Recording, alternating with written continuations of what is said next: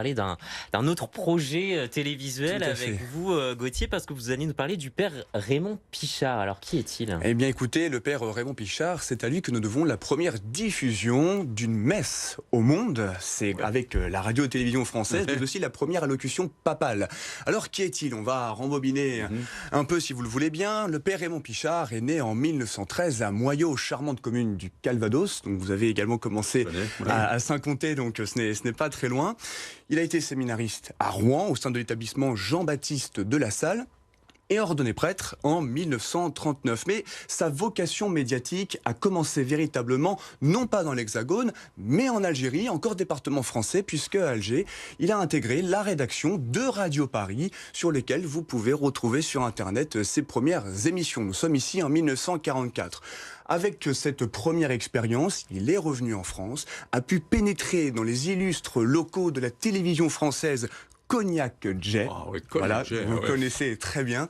Et c'est ici qu'il s'est dit qu'il allait mettre toute sa vie, consacrer sa vie à diffuser la parole chrétienne à la télévision. Avec donc une première messe, une première allocution papale diffusée à la télé. C'était une première mondiale? C'est une première mondiale et c'est également une première en manière technique. Vous parliez tout à l'heure de la difficulté pour organiser des tournages, que c'était parfois long. La première diffusion en direct d'une émission, c'est sur le Tour de France 1949. Wow.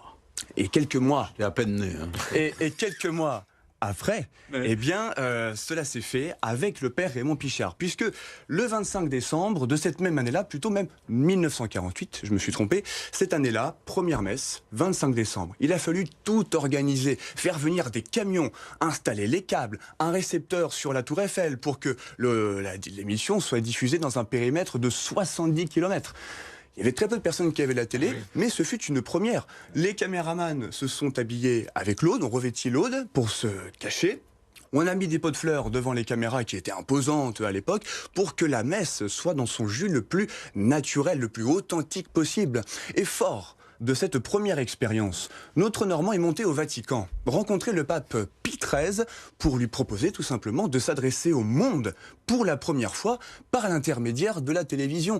Alors on imagine le scepticisme de certains cardinaux dans les couloirs du Vatican, mais au final, le pape Pie XIII a été sensible à l'émoi que ça l'avait provoqué à l'époque en France, mais surtout par la force de conviction de notre Normand.